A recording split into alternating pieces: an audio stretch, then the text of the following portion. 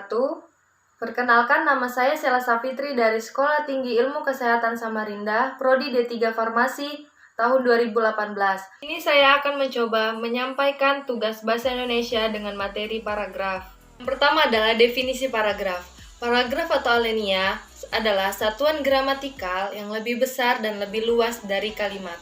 Pada dasarnya, paragraf merupakan seperangkat kalimat yang saling berhubungan yang secara bersama dipakai untuk menyatakan atau mengembangkan sebuah gagasan.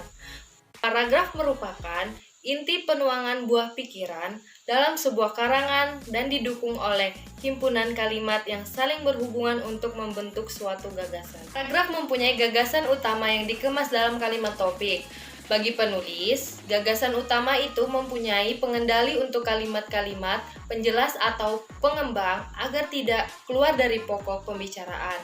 Salah satu dari sekumpulan kalimat dalam paragraf merupakan kalimat topik, sedangkan kalimat-kalimat yang lainnya merupakan pengembang yang berfungsi memperjelas atau menerangkan kalimat topik.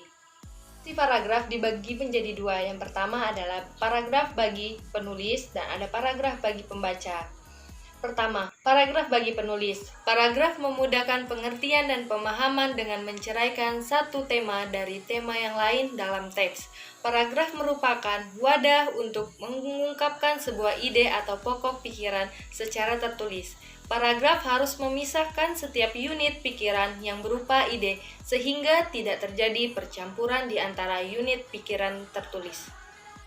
Paragraf bagi pembaca. Dengan memisahkan atau menegaskan perhentian secara wajar dan formal, pembaca dapat dengan jelas memahami gagasan utama paragraf penulis. Pembaca dengan mudah menikmati karangan secara utuh sehingga memperoleh informasi penting dan kesan yang kondusif. Pembaca sangat tertarik dan bersemangat membaca paragraf per paragraf karena tidak membosankan atau tidak melelahkan. Selanjutnya adalah syarat paragraf. Pengembangan paragraf seperti yang telah diuraikan pada bagian sebelumnya tentu saja disesuaikan dengan maksud atau tujuan penulisan. Rambu-rambu yang dimaksud adalah penandaan hubungan antar bagian yang sangat mutlak diperlukan untuk membangun paragraf yang baik. Secara umum, rambu-rambu paragraf yang baik meliputi kesatuan, kepaduan, kelengkapan, keruntutan, dan konsistensi.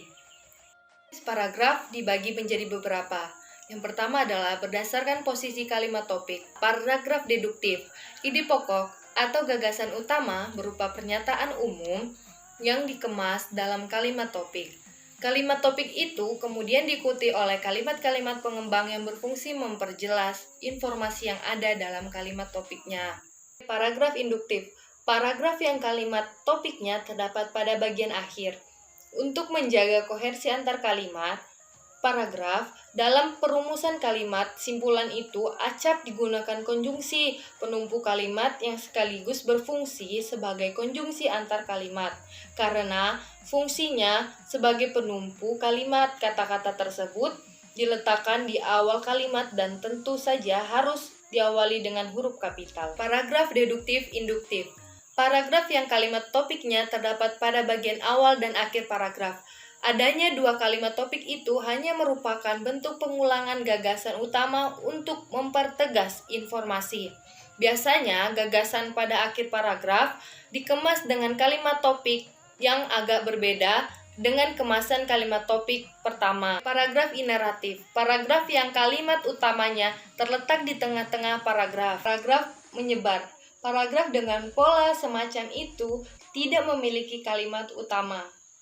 2. Berdasarkan gaya ekspresi atau cara pengungkapan. Paragraf narasi bertujuan untuk menceritakan atau memisahkan rangkaian kejadian atau peristiwa yang kenyataan maupun rekaan atau pengalaman hidup berdasarkan perkembangannya dari waktu ke waktu, sehingga seolah pembaca mengalami sendiri peristiwa itu. Paragraf deskripsi mempunyai beberapa pola pengembangan, yaitu pola deskripsi spasial, pola deskripsi sudut pandang, pola deskripsi pengamatan, dan pola deskripsi fokus. Paragraf eksposisi, paragraf yang bertujuan untuk menginformasikan sesuatu sehingga memperluas pengetahuan pembaca, bersifat ilmiah, Sumber untuk penulisan dari pengamatan, penelitian, dan pengalaman. Paragraf argumentasi. Paragraf yang bertujuan membuktikan pendapat penulis agar pembaca menerima pendapatnya. Paragraf ini harus dijauhkan dari emosi dan unsur subjektif. Paragraf persuasi. Paragraf yang berisi ajakan. Penulis harus mampu menyampaikan bukti dengan data dan fakta berdasarkan urutan. Paragraf pembuka. Paragraf ini berfungsi untuk memberitahu latar belakang, masalah, tujuan, dan anggapan dasar. Paragraf isi. Paragraf ini merupakan inti dari sebuah karangan yang terletak di antara paragraf pembuka dan paragraf penutup. Paragraf penutup.